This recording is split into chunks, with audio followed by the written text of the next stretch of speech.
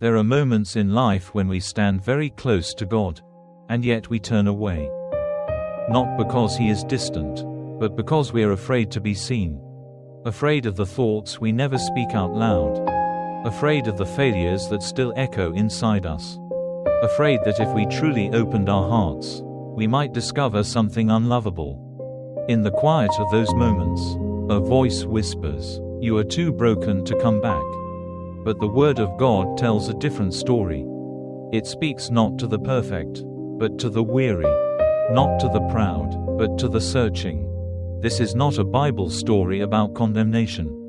It is a story about a father who waits in the dark with open arms. And a soul learning that repentance is not something to fear, but a doorway back into love. Tonight, as you listen, perhaps Jesus is calling your name. Not to accuse you, but to bring you home. There was a man named David. Not a king. Not a prophet. Just a man with a heart that wanted God. And a soul that felt far away from Him. David believed in God. He owned a Bible. He listened to sermons filled with motivation and spiritual wisdom. He could quote verses about grace and forgiveness.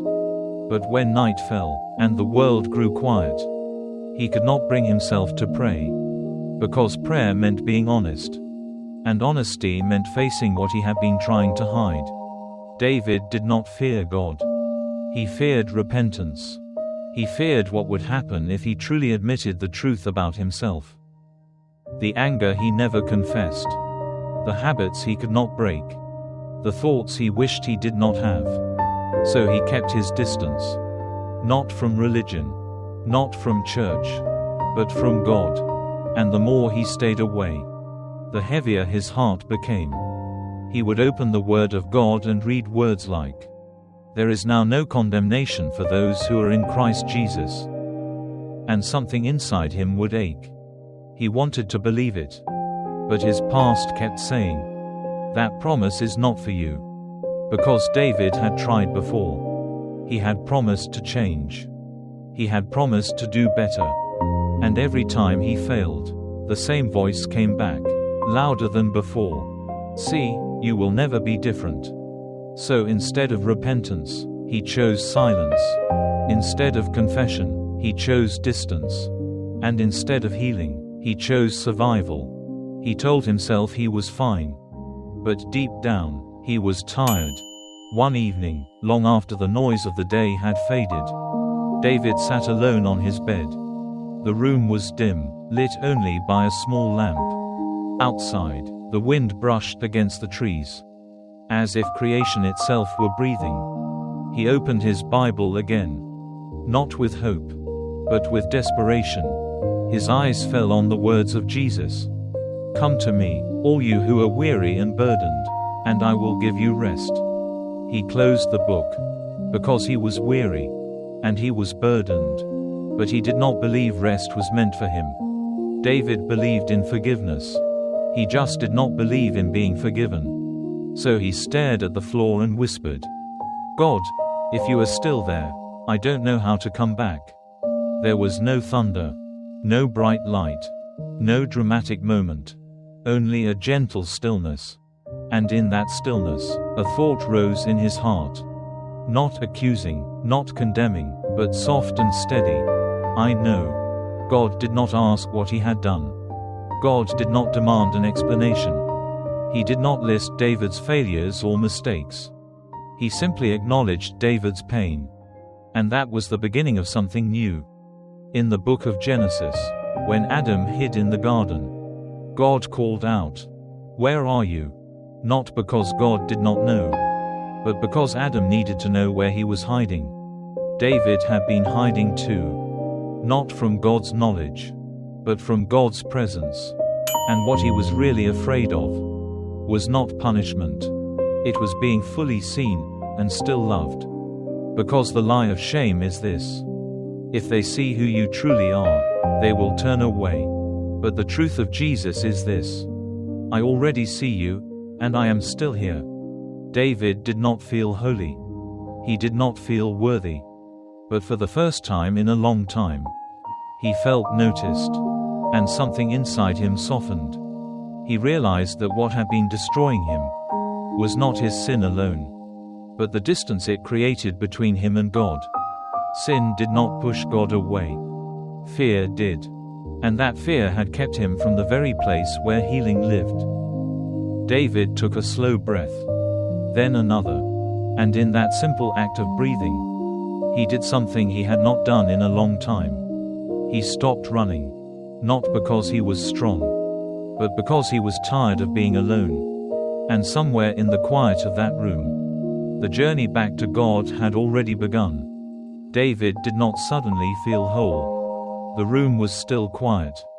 The weight of his past was still there. But something had shifted. For the first time in a long while, he was not pretending. Outside, the night continued its slow rhythm. Wind brushed against the branches. A distant car passed by. The world kept moving, but David stayed still. There is something sacred about stillness. When the noise fades, the soul begins to speak. And when the soul speaks, God listens. David closed his eyes. He did not know what to say. So he did not try to sound holy. He did not search for perfect words. He simply breathed. In, out. And in that quiet breathing, he felt a strange presence. Not heavy. Not demanding. Just close. The Bible says that the Holy Spirit intercedes for us with groanings too deep for words. And for the first time, David understood what that meant. Because he had no speech prepared. No spiritual language. Only a tired heart. Yet somehow, he felt heard. Jesus, he whispered, barely loud enough to hear himself. If you still want me, I'm here. There was no reply in words. But there was peace. A gentle, steady peace. Not the kind that fixes everything, but the kind that holds you while things are being healed. David remembered something he had once read in the Word of God. A bruised reed he will not break, and a smoldering wick he will not snuff out. He had always loved that verse. But now he felt it. He was the bruised reed. Bent. Weak. But not broken. And Jesus was not here to crush him. He was here to restore him. David imagined his heart like a dry field. Cracked from long drought. Nothing growing. Nothing moving. And then, slowly, rain began to fall. Not a storm. Just enough. Repentance, he realized, was not about punishing himself. It was about letting the rain fall again.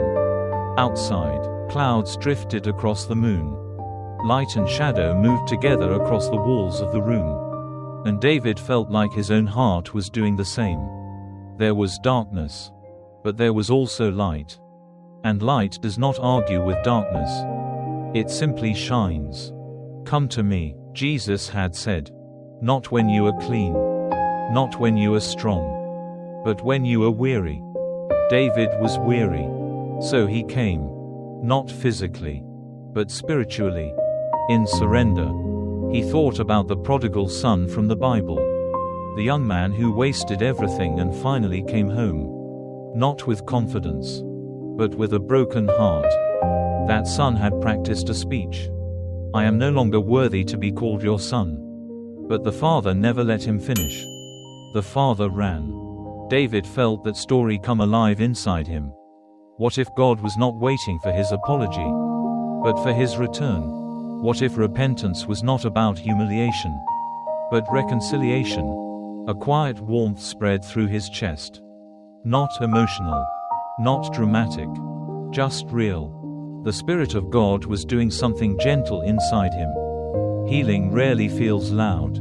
It feels soft, like something slowly untangling. David did not suddenly forgive himself, but he felt God forgiving him. And sometimes that is enough to begin. Outside, a breeze carried the scent of the night air through the window. It smelled clean, like something new. Isaiah once wrote, "Those who hope in the Lord will renew their strength." Not replace it. Not fake it. Renew it. That is what was happening now.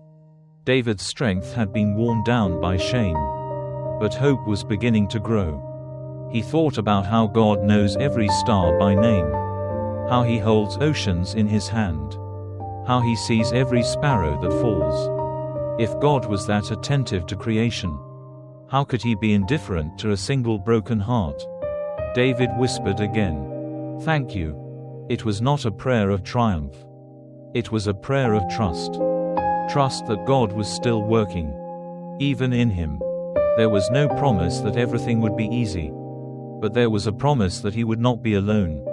The peace of God, the Bible says, surpasses all understanding. And David realized why. Because it does not come from circumstances. It comes from presence. And God was present. As the night slowly deepened, David remained still, resting in something he had not felt in years. Safety. Not because he was perfect, but because he was known and loved. David did not wake up the next morning as a new man. The sun rose the same way it always did. The world went on. His struggles were still there. His habits had not magically disappeared. But something inside him had changed.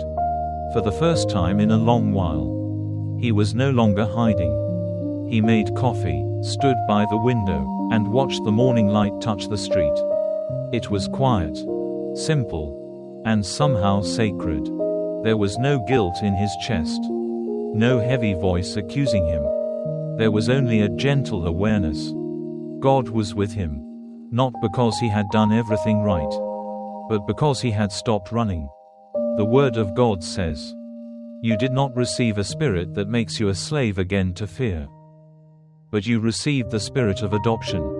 Adoption. That word stayed with him. Slaves are afraid of being punished. Children are not. Children belong. David realized that for years, he had been living like a slave. Always afraid that one mistake would push God away. Always worried that he would be rejected. But the truth was simpler. He was a son. And sons do not get kicked out of the family for falling. They are taught. They are guided. They are loved. David went about his day. He still had responsibilities. Still had temptations. Still had moments of weakness. But now, when he failed, he did not sink into silence. He prayed. Not with fear, but with honesty. "Father, I'm struggling. Jesus, I need you. Holy Spirit, help me." And something remarkable happened. He did not feel shame in those prayers. He felt connection. Every time he spoke God's name, it was not a reminder of his guilt. It was a reminder of his belonging. The Bible says, if we confess our sins, he is faithful and just to forgive us. David finally understood that confession was not about humiliation. It was about freedom. When sin is hidden, it controls us. When it is brought into the light, it loses its power. David was not suddenly perfect, but he was no longer trapped. Slowly, over days and weeks, something new began to grow. Peace. Not the kind that ignores reality, but the kind that anchors you inside it. He remembered the words of Paul in Philippians. The peace of God will guard your hearts and your minds in Christ Jesus. Guard. Not just comfort. Guard. Like a wall around his heart, keeping fear and shame from breaking in. David noticed that even when life was difficult, even when he felt weak, there was something steady inside him. He was no longer trying to prove himself to God. He was walking with God. And that made all the difference. There were still moments when old thoughts came back. You're not good enough. You will fail again. You don't belong. But now he had a new voice to answer them. The voice of Jesus. Nothing can separate you from my love. Not death. Not life. Not the past. Not the future. Nothing. David finally believed it. And belief changed everything. Repentance no longer felt like a threat. It felt like a gift. Every time he turned back to God, he felt lighter. Every time he admitted the truth, he felt freer.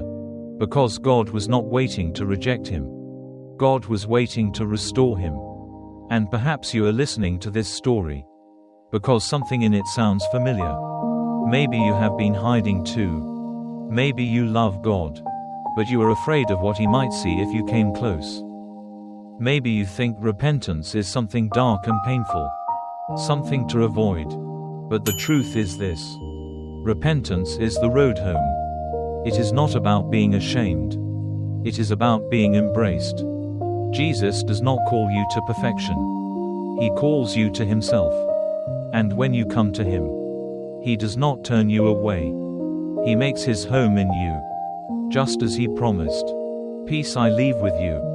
My peace I give you. Do not let your hearts be troubled. And do not be afraid. That peace is for you. Not someday. Not after you fix yourself. Now. So do not fear repentance. Fear distance. Fear staying away. Because healing only happens when you come close. And God is closer than you think. If this message spoke to your heart, take a moment to reflect and pray. Let the love of Jesus meet you where you are. If you found encouragement here, please subscribe to the channel and leave a comment about what this story meant to you. Your words may help someone else who is searching. Stay with us for more Bible stories, spiritual motivation, and reflections on the Word of God. You are not alone on this journey.